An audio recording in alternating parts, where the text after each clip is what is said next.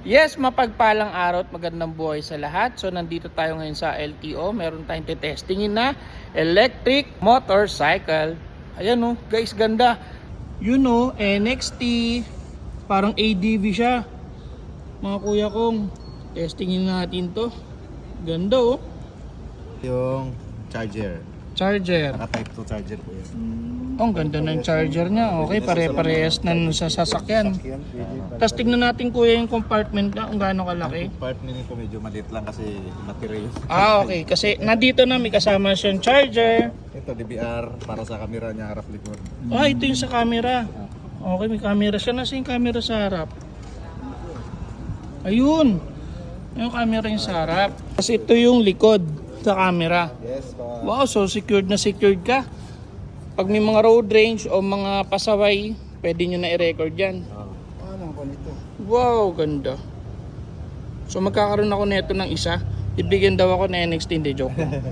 Yun, ganda oh. Siyempre, nandito yung switch nung mga ilaw. Ayan, nailawan sila. Shoutout sa inyo.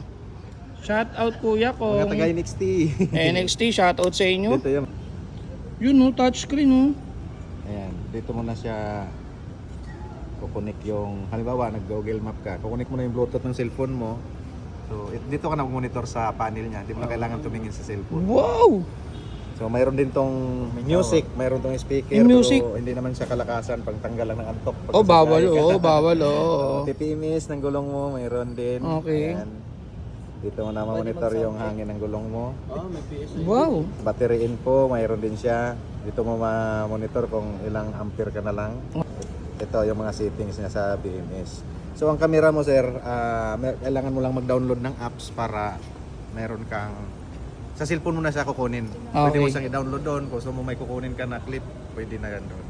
Galing oh, pwede. Ang galing na ito magbenta. Bibili na ako. Bibili na ako ngayon. Kuya, ilang wattage tong baterya? Ito 72 ampere, 95 AH Okay. sa Storm XR. Halos same lang naman sila ng Storm X. Then medyo mataas lang yung motor nito. Okay. Ito 6,000 optional to, optional. Yung Optional lang mga... ito sir. Kinabit lang Okay. namin ito dito dahil para sa LTO. Okay. So pag bumili ka nito, lahat to kasama, pera lang dito sa box. Okay. Yung pamangkin ko, CJ oh. Gusto mo yan? Pwede. Ayun. Bagay na bagay kay sir. Bagay na bagay oh. Tapos yung motor niya sa sa gulong kuya, ilang yan? Ito motor niya ay 6,000 watts. 6,000 watts. Naka 6,000 watts na po yan. Okay. Kaya pala mabilis Tumatakbo no. na ito sir ng 120 to 140 Ilan kuya? 120 to 140 kph. Wow. Ang tuloy na. Ah, Parang pwede na sa sa highway. National road sir, pwede na po. Basta may rehistro tayo, okay na yun. Kasi ano na Ayos. niya pang ano. Ang maganda rito kuya kong nare-register pa sa LTO to. Nare-rehistro po ito sir. Oo. At least legal to. Hindi kayo matakot bumiyahe kung kasi magkakaroon na ng plaka, green plate tapos legal pa. Yes, tara testingin natin mga kuya kung syempre mag-helmet tayo kasi for safety to ha. Hindi to linalagay sa siko. Paalala ko, hindi sa siko linalagay ang helmet kundi sa ulo. Let's go. Parang motor lang din naman dito sa kuya, di ba? May kaibahan sa motor sir. Ito, itong pag-on mo nito, hintayin lang natin lumabas yung niya. Ayan, naka-in siya. Okay. Naka-P. Hindi siya tatakbo sir. Park. Okay. Kailangan mo lang i-press yung brake para mapunta siya sa 1. Oh. So itong 1 niya, parang gear ito. Mode nito, kahit tumatakbo ka, pwede mo siyang 1, 2, 3. So dito is ito lang po. speed. Opo. Parang may cambio na 1, 2, 3. rin. So yan, pwede mo rin siyang sports mode. Pag naka-sports mode ka, hindi mo na siya mababago. Okay. Parang automatic lang siya. Oo, pero kung patayin mo yung sports mode, balik-balik lang siya ng 1, 2, 3. So, rotation siya? Meron isang reverse. Press mo lang to, Ooh. press mo to, aatras yan. Okay. Or habang pinipress mo to, alalayan mo siya sa paa mo kasi meron kasi itong downhill uphill assist. Kaya hindi kahit nakapangat ka, nakahinto ka, hindi ka mag-brake, okay lang, hindi ka atras.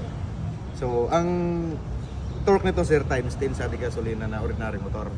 Okay. So, ang pagpiga natin, steady lang. Huwag ganon-ganon katulad ng Okay. motor na bumubumba tayo. Okay. And then, iwasan natin na mapiga natin konti itong brake. Pag lumalabas ito, ikakat niya yung power mo. Okay.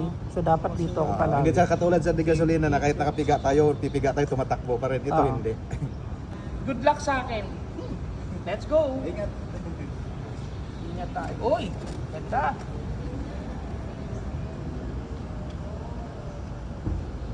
Kung kahit bitawan mo yung acceleration, umaandar pa rin siya. Yun. Ganda, sarap.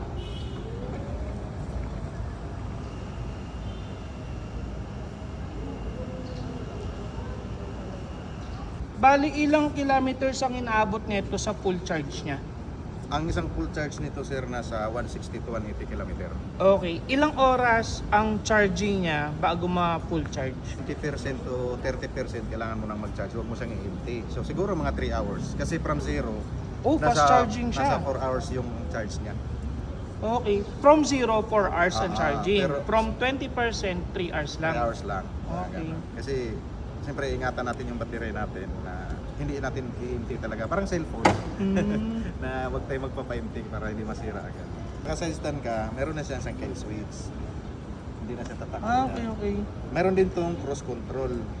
Kung gusto mong i-maintain mo lang yung takbo mo, ipipress mo lang yung R. Mm. Tapos pag paano ko ibalik yun, press mo lang to, mawawala na rin Motor siya. kasi. Meron din tong traction control. Natatanggal din yung traction control. May traction control din. Gusto. Parang gusto ko na mag-electric. Benta ko na yun, no? Swap. Dagdag.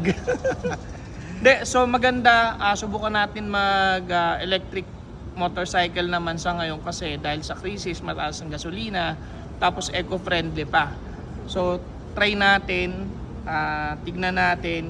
Pag nagkapera tayo, baka bigyan tayo ng XT, baka naman. Yon. So napakaganda patakbuhin. Sa tingin ko naman safe. 180 kilometers pa tatakbuhin niya pag full charge. 3 hours lang ang charging, pwede ka na ulit bumiyahe. So yun, maraming salamat. So ito na naman si Kuya Kong Kiko na lagi nagsasabing be blessed and be a blessing to others as well. Babush!